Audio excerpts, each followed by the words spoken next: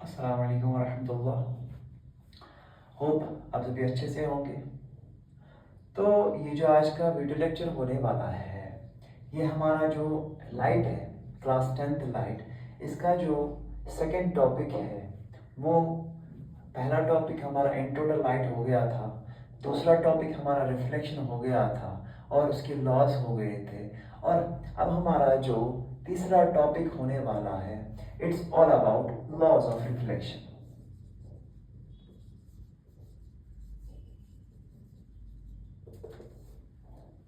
यानी कि जिस तरह से हमने पिछले वीडियो में, अगर आपने पिछला वीडियो नहीं देखा होगा तो पिछला वीडियो वो देखिएगा, उसी में आपको समझ आ जाएगा कि रिफ्लेक्शन उसके टाइप्स क्या होते हैं। तो इस वीडियो में हम लॉज ऑफ रिफ्लेक्शन की बात करते हैं। यहाँ पर रिफ्लेक्शन जो हमारा है, यानी कि bouncing back of light same homogeneous medium में, तो लाइट हमेशा फॉलो लॉज करता है, चाहे वो रेगुलर रिफ्लेक्शन हो चाहे इरेगुलर रिफ्लेक्शन हो। तो ये लॉज क्या फॉलो करता है, चाहे रेगुलर रिफ्लेक्शन हो चाहे इरेगुलर रिफ्लेक्शन, यानी कि रिफ्लेक्शन चाहे वो स्मूथ सरफेसेस पर हो या रफ सरफेसेस पर हो, तो लाइट कौन से लॉज फॉलो करता है। अब पहला वाला लॉ जो है, या पहले आप याद रखेंगे, light always takes the quickest path, यानी बिटवीन 2 पॉइंट्स लाइट हमेशा क्विक वाला रास्ता चुनता है, और वो क्विक वाला रास्ता जो है, that principle is known as Fermat's principle. अब मान लीजिए कि एक ल्यूमिनस सोर्स है, यानी कि ऐसा वाला सोर्स जिसकी अपनी खुद की लाइट होती है। ल्यूमिनस सोर्स से जब लाइट की एक रे निकलती है, लेट अस सपोज ये हमारा एक वॉल है, लाइट की एक रे नहीं निकलती है, रेस बहुत सारी निकलती है। यानी सोर्स है सन, सन एक सोर्स है, टॉर्च एक सोर्स है, तो बीम निकलता है, यानी कि बंडल ऑफ रेस। अब इसमें हम एक रे लेंगे, तो एक रे जो एक सोर्स से निकलती है, दैट रे is known as incident ray.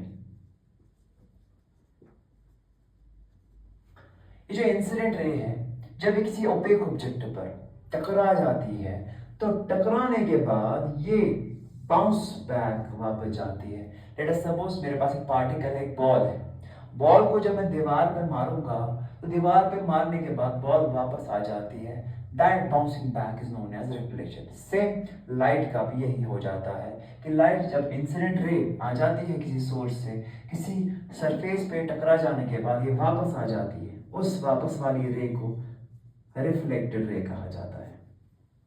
और जहां पर ये टकरा गई, इंसिडेंट रे जहां पर टकराने के बाद रिफ्लेक्शन हो गया, तो that point is known as point of incidence.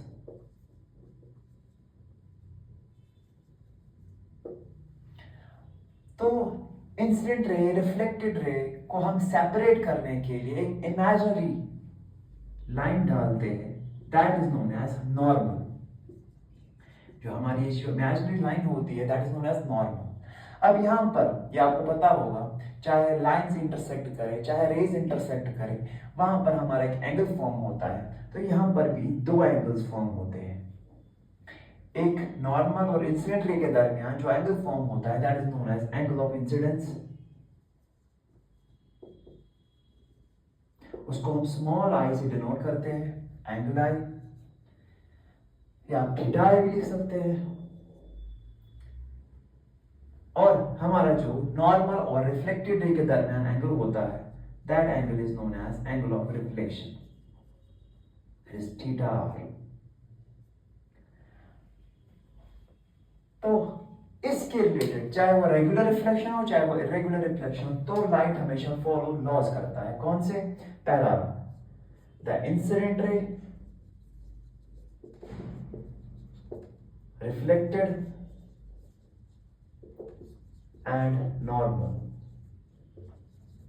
all lie on the same plane.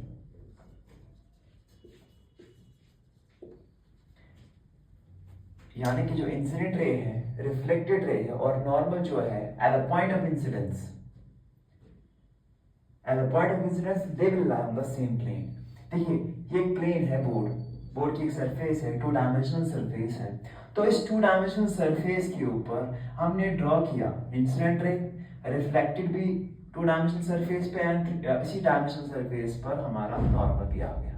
तो यानी कि जब ये 2 डायमेंशनल सरफेस पे पड़ेंगे, तो ये 2 डायमेंशनल सरफेस पे ही पड़ जाती है, यानी कि एक ही surface at a time simultaneously तीनों की तीनों जो इंसिडेंट रे है, रिफ्लेक्टेड रे और नॉर्मल जो है, दे will lie on the same surface, यानी कि एक ही सरफेस पे। ऐसा नहीं होगा कि अगर मैंने इंसिडेंट रे 2 डायमेंशनल सरफेस पे डाली तो रिफ्लेक्शन 3 डायमेंशनल पे होगा, नहीं, ऐसा लॉ फॉलो नहीं करेगा, ये लॉ नहीं होता है। लॉ ये है कि जब भी ये पढ़ेंगे तो एक ही सरफेस, एक ही प्लेन सरफेस पे पढ़ेंगे।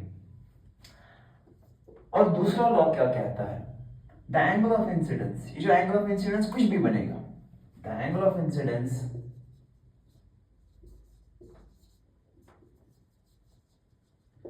is always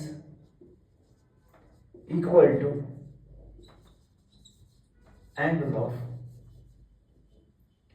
रिफ्लेक्शन, यानी कि जो भी एंगल फॉर्म होगा एंगल ऑफ इंसिडेंस, यानी कि नॉर्मल और इंसिडेंट रे के दरमियान जो भी एंगल फॉर्म होगा, it will always be equal to angle of reflection, यानी कि theta I will be always equal to theta are,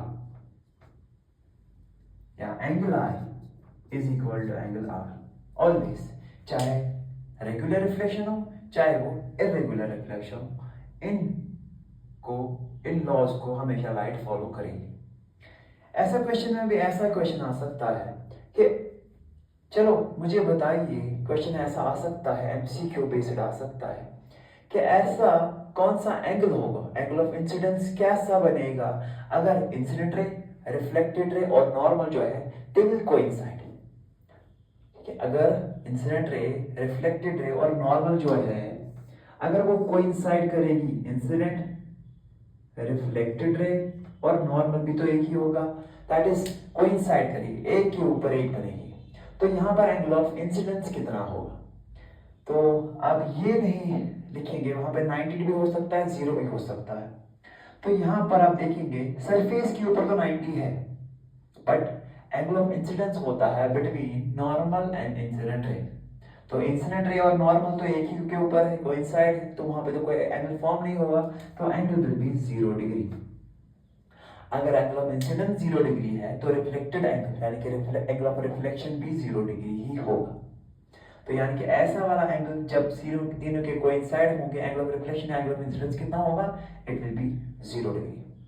अगर ऐसा क्वेश्चन होगा कि ऑन द सरफेस के ऊपर कौन सा एंगल फॉर्म होगा इंसिडेंट रे, रिफ्लेक्टेड रे और नॉर्मल को जब वो एक दूसरे को कोइंसाइड करेगी, तो on the surface it will be 90 degree, but angle of incidence या एंगल ऑफ रिफ्लेक्शन क्या होगा, इट विल बी 0 डिग्री जब वो एक दूसरे के ऊपर कोइंसाइड करेगा।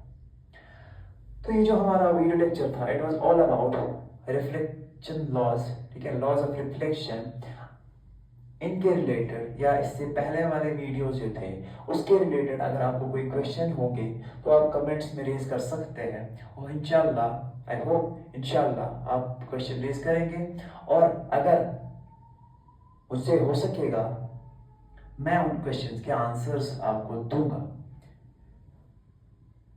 बाकी होप आपको ये वीडियो जो है वो समझ में आया होगा, लॉज ऑफ रिफ्लेक्शन समझ में आए होंगे। Thank you.